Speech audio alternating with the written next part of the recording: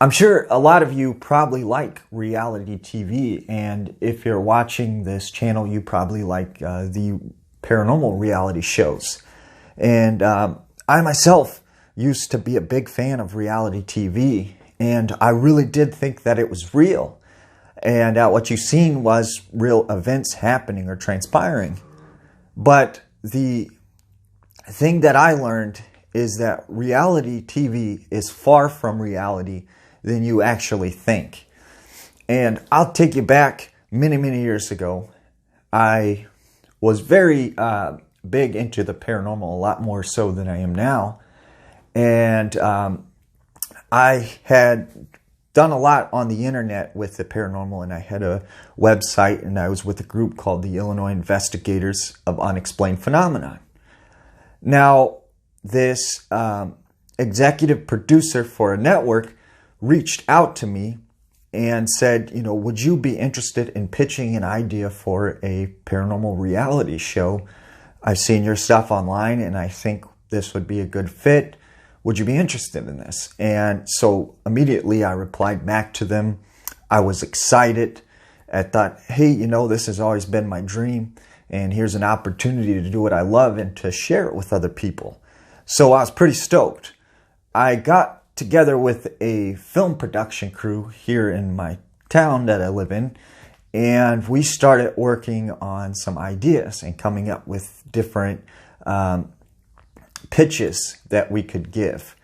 Now, through this process, I had received a bunch of paperwork to sign, and as well, I had a couple basically interviews and meetings via Skype or via the phone. Now, when I received this paperwork to sign, I thought, I shouldn't just go and sign on the dotted lines because I don't exactly know what's in this. So I had a friend that had background in the legal world, and I had him take a look at the paperwork and kind of better explain it to me and help me understand what I was signing to make sure I didn't get into something at the time. So basically what was in the paperwork was one stipulation that you're signing was that you wouldn't go to another network and pitch the same idea, and that you wouldn't use the fact that you were pitching for this network, that you wouldn't go to another network and say, hey, I'm pitching for this network, would you guys offer me something better if I pitch my idea with you?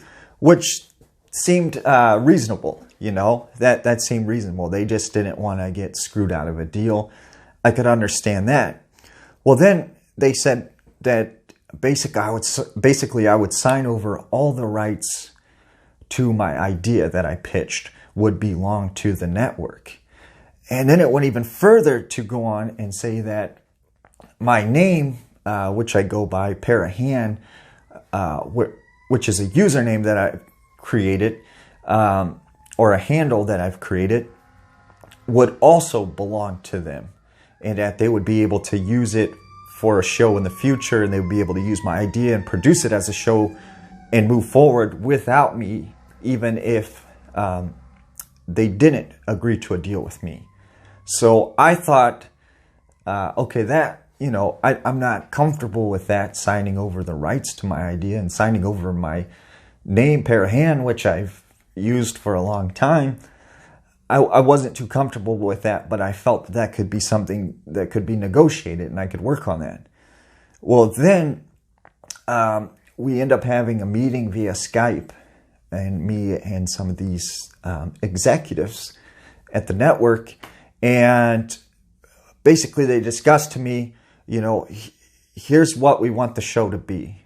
And they start saying, they wanted it to be a specific type of show where we would go and look for the paranormal and stuff like that. And there'd be times in which we would have to stage or fake things to keep viewers. And they wanted us to basically, they said that we could stage and fake things because it wouldn't be deceiving or lying. It would be reality still if we base those things on something that happened in real life. So for instance, if I had heard a story about a paranormal investigator seeing this door slam close back and forth, or, slamming closed shut and then opening back up and then slamming closed shut, and we recreated that in the show, then technically they said I wouldn't be deceiving anyone. It would be reality still because it's based on true events.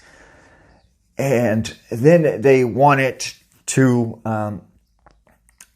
use actors to portray myself and the other people that would be a part of the show, and that they wouldn't be real paranormal investigators. They would be actors that would portray us because we didn't have any acting background. And I didn't care that the fact that I was getting cut out of the show. I cared because I felt like, well, this isn't going to be a real show about real paranormal investigators. It's going to be actors portraying paranormal investigators. So I was uncomfortable with that idea that they wouldn't have real paranormal investigators. And I didn't like the fact that, someone would be taking what we were trying to do and basically deceive people. Now, they said that, with the actors could pretend to be us and portray us in this reality show, and it would still be reality because they would be portraying real people and real events and real things that happened. And so basically it was going to be a show with fake paranormal investigators who were really actors, and that went on, recreated stories or events that had happened to real paranormal investigators, so then they could call this reality.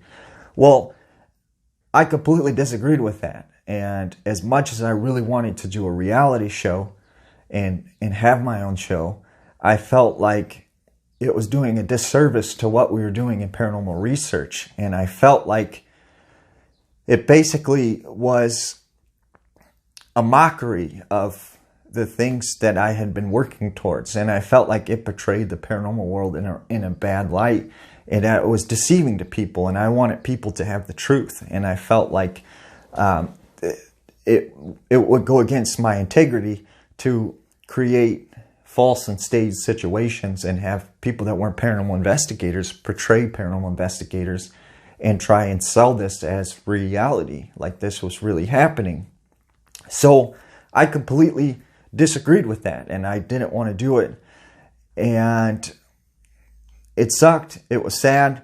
But I ultimately told them, you know what, unless I can do the show my way and we can do it with real paranormal investigators and it could be the real deal, then I'm not interested. And I declined the offer. And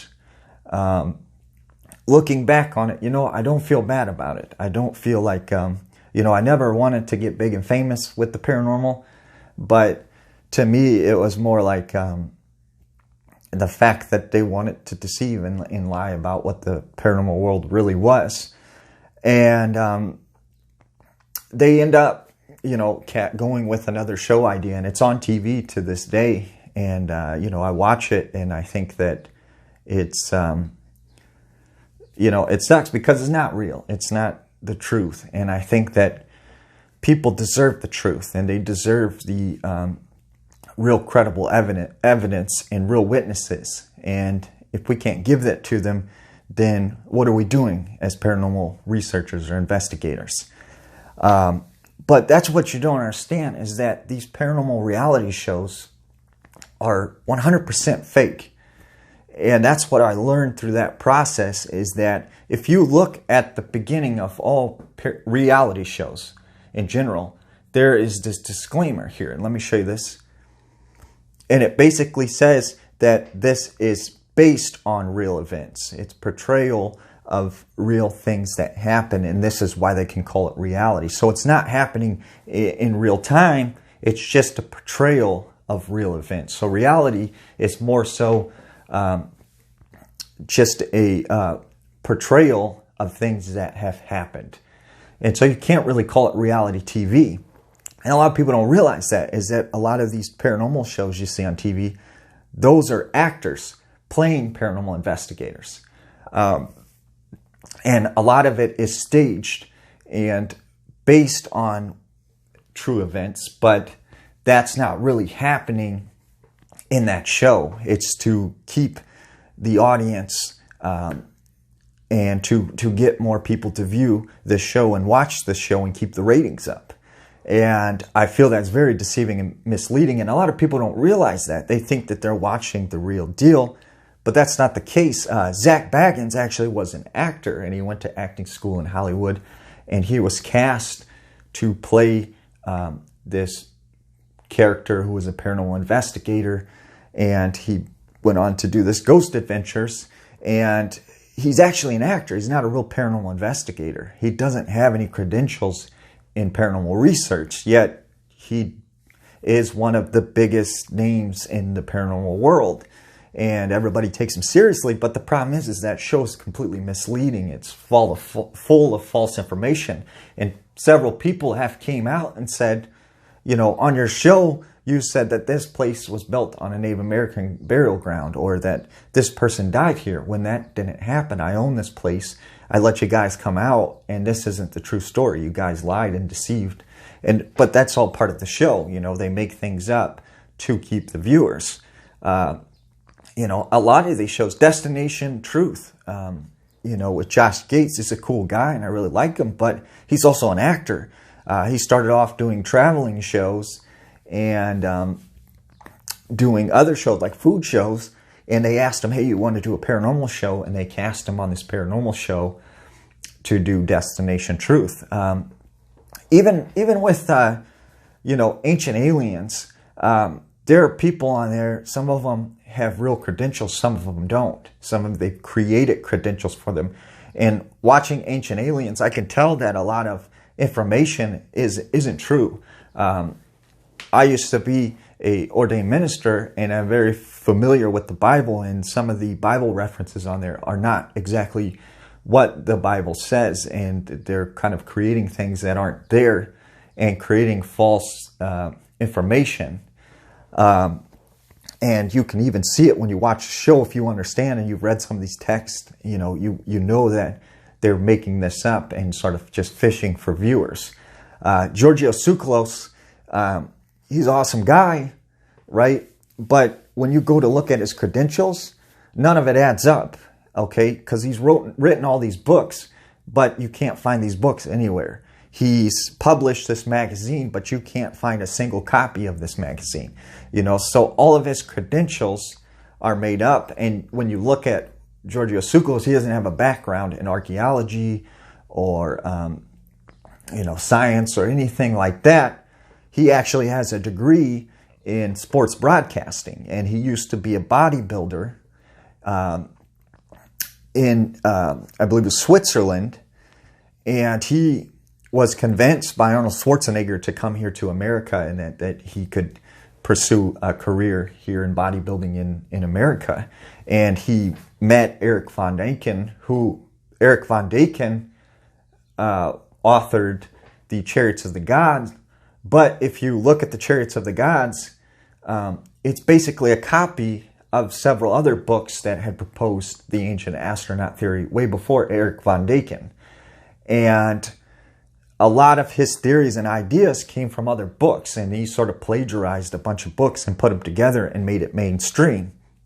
And kind of like on YouTube, when someone takes the smaller guy's video and then makes it viral, and that's sort of what Eric Von Däniken did.